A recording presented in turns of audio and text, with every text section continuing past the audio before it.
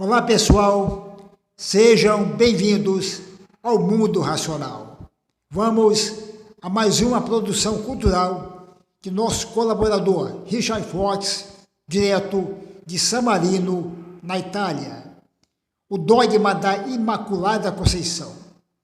Antes de abordar diretamente esse dogma, proclamado pelo Papa Pio IX aos 8 de dezembro de 1854, é oportuno analisar outro dogma, o da virgindade de Maria, adotado pela Igreja Cristã já no segundo século da nossa era e ratificado durante o Sínodo do ano de 649, liderado pelo Papa Martinho I.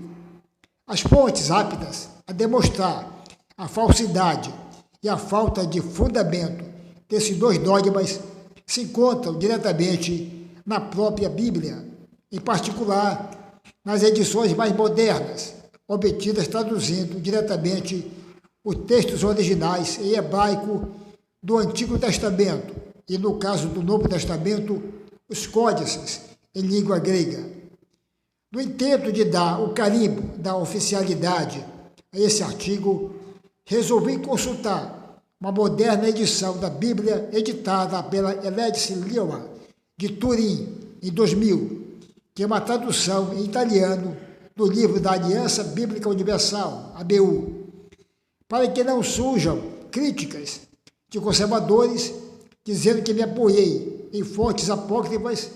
Transcreva aqui abaixo a advertência que aparece na segunda página da capa interna, onde está escrito o seguinte: o texto final desta tradução tem sido aprovado pela Aliança Bíblica Universal, Direção Europa, e pelo lado católico, pela autoridade eclesiástica, Conferência Episcopal Italiana. No intento de agilizar a leitura desse meu texto, traduzi pessoalmente em português os versículos e as notas que aparecem na Bíblia que acabei de citar. Pois bem, o alicerce fundamental do dogma da virgindade de Maria é o Evangelho de Mateus, que é tido pela tradição como sendo o primeiro dos 4 sinóticos.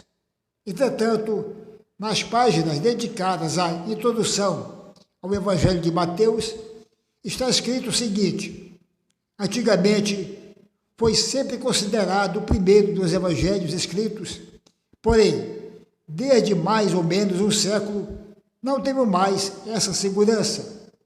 Muitos estudiosos pensam que tenha sido precedido por aquele de Marcos. Voltarei a expressar as minhas considerações sobre este evangelista daqui a pouco. Por enquanto, vamos entrar no vivo da matéria, citando os 2 versículos fundamentais para enfrentar o tema. E assim se realizou o que o Senhor havia dito por meio do profeta Isaías: eis que a virgem ficará grávida e dará à luz um filho, que será chamado Emanuel. Mateus, capítulo 1, versículo 22 a 23.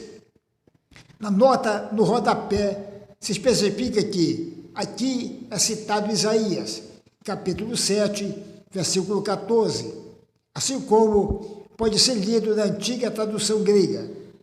Vamos então conferir o que diz esse profeta no Antigo Testamento da ABU. O próprio Senhor dará um sinal.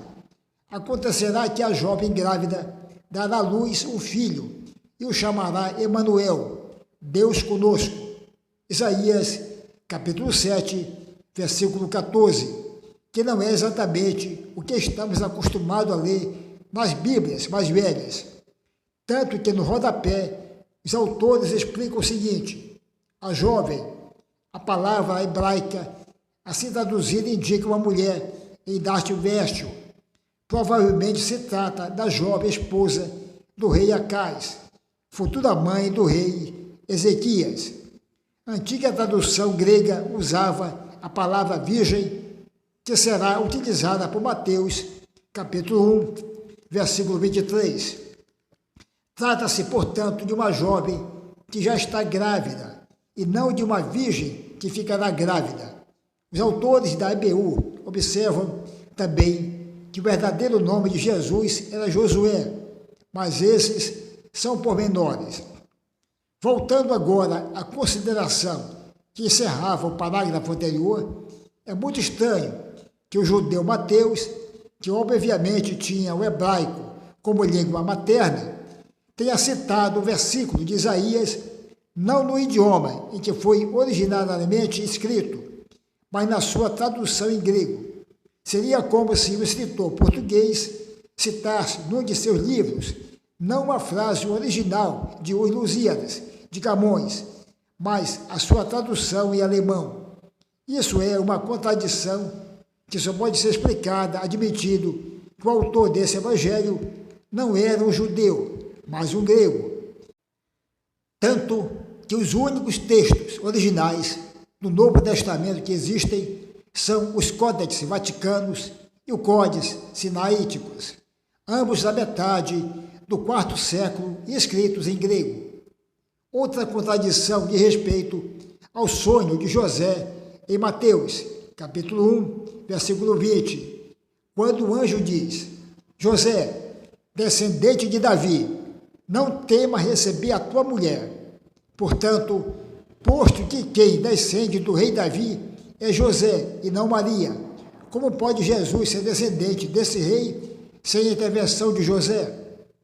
Atualmente, eminentes teólogos como Fesch e Gerhard Lofken, em oposição encíclica Redemptoris Mater, 1987, de João Paulo II, afirmam que a conceição virginal biológica de Maria não é uma verdade de fé bíblica e, consequentemente, não se pode descartar a possibilidade de Jesus tenha tido verdadeiros irmãos e irmãs.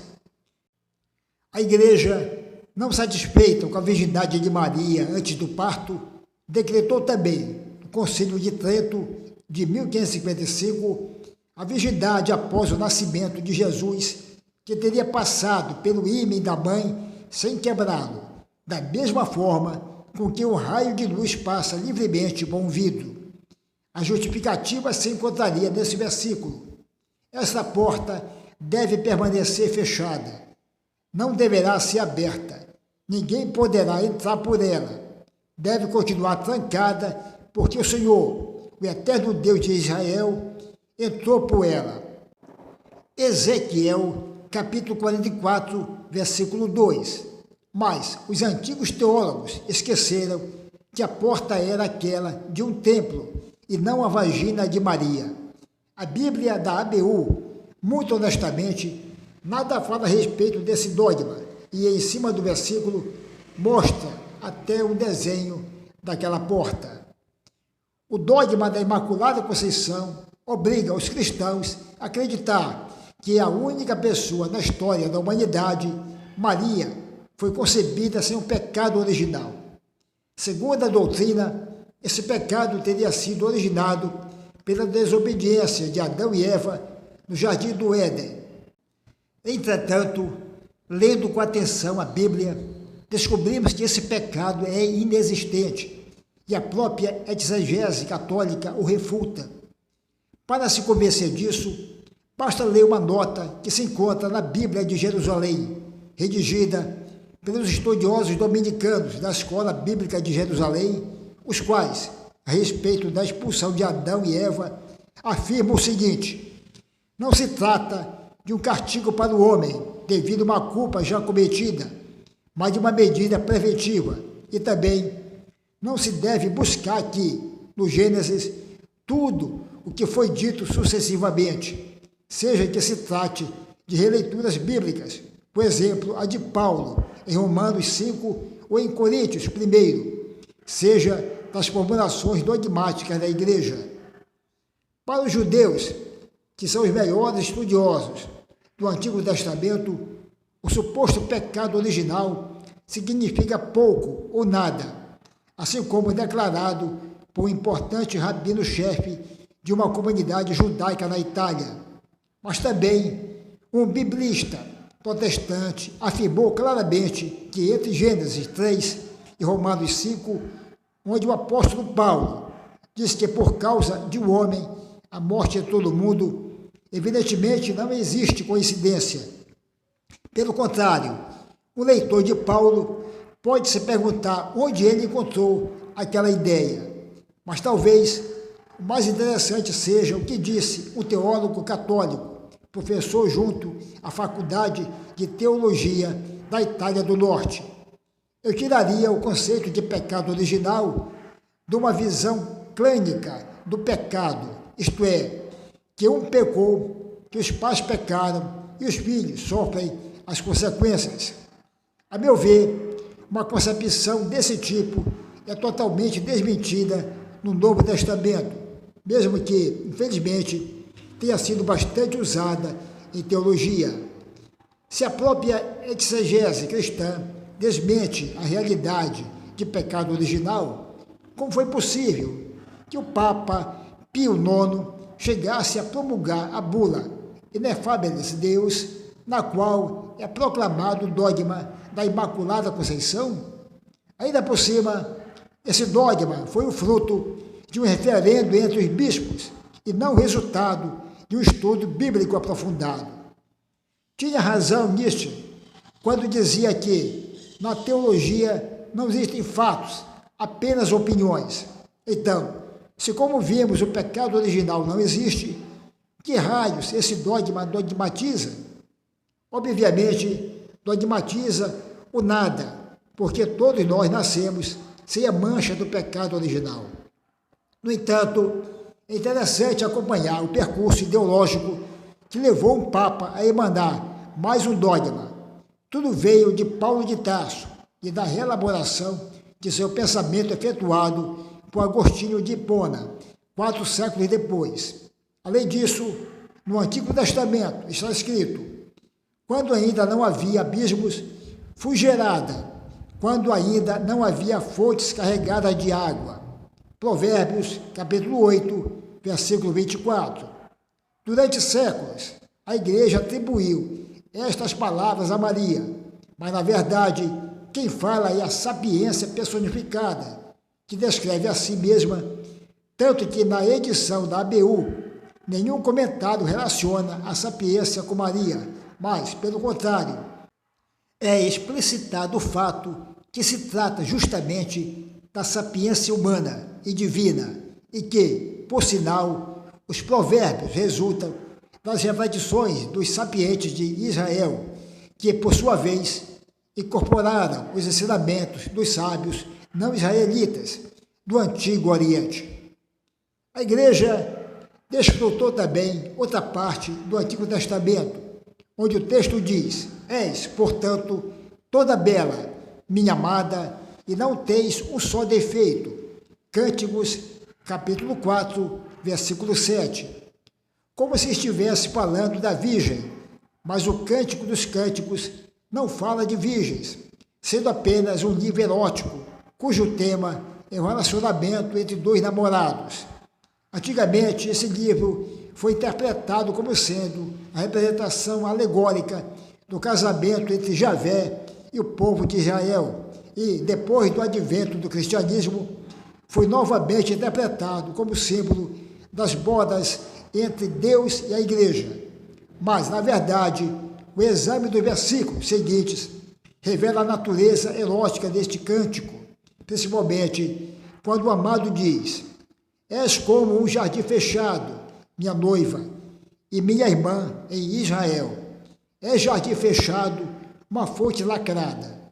De ti brota um pomar de romãs graúdas, com frutos excelentes e saborosos, flores de rena perfumada e nardo puro. Cânticos, capítulo 4, versículo 12 e 13.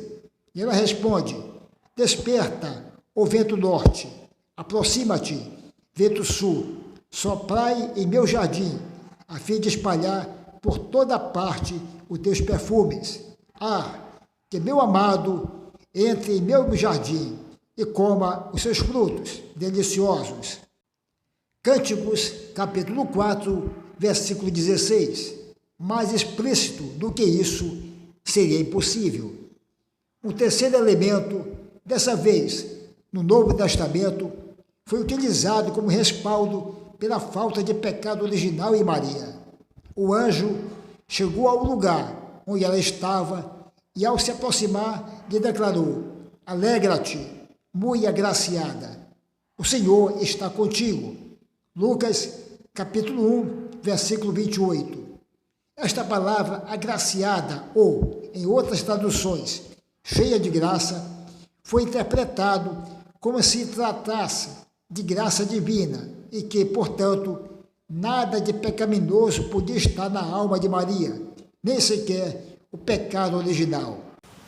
Entretanto, no texto original em grego, o anjo se dirige a Maria com essas palavras: Kero kekaritomene, a primeira das quais significa realmente alegra-te, mas a segunda deriva de um verbo que quer dizer tornar-se bonito, gracioso, cheio de graça estética e nada tem a ver com qualidades espirituais, mas apenas físicas. Observamos, todavia, que o episódio da Anunciação é presente só nos evangelhos de Mateus e de Lucas, mas falta nos de Marcos e de João. Hoje sabemos que a Imaculada Conceição surgiu de crendice popular, apoiada pelos ingênuos franciscanos, mas hostilizada pelos cultos dominicanos, desde a época de Tomás de Aquino. Mesmo assim, parece que até o céu gostou das decisões do Vaticano, tanto que, apenas 4 anos depois do dogma ter sido proclamado, a Virgem teria aparecido, em 1658, a uma moça analfabeta de Lourdes, dizendo, em dialeto: que soy era Imaculada Concepción, eu sou a Imaculada Conceição. Dá vontade de pensar, olha só que coincidência. Apesar de Bernadette Soubirous ter encontrado a senhora por 18 vezes seguidas, nada de teologicamente significativo foi revelado, a não ser a seguinte exortação: rezem e façam penitência para a conversão do mundo.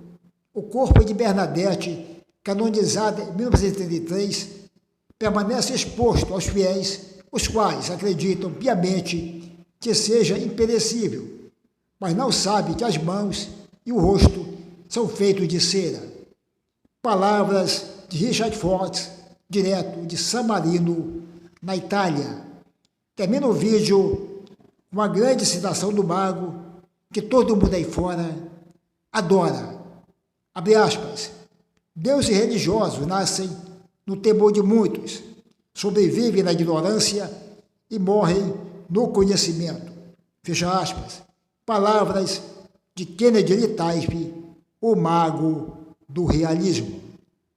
A inteligência comumente nos traz solidão, incompreensão, adversários e até inimigos. Pensar é para poucos um refinamento filtrando o joio do trigo. Pensar é o alfa e o ômega da evolução.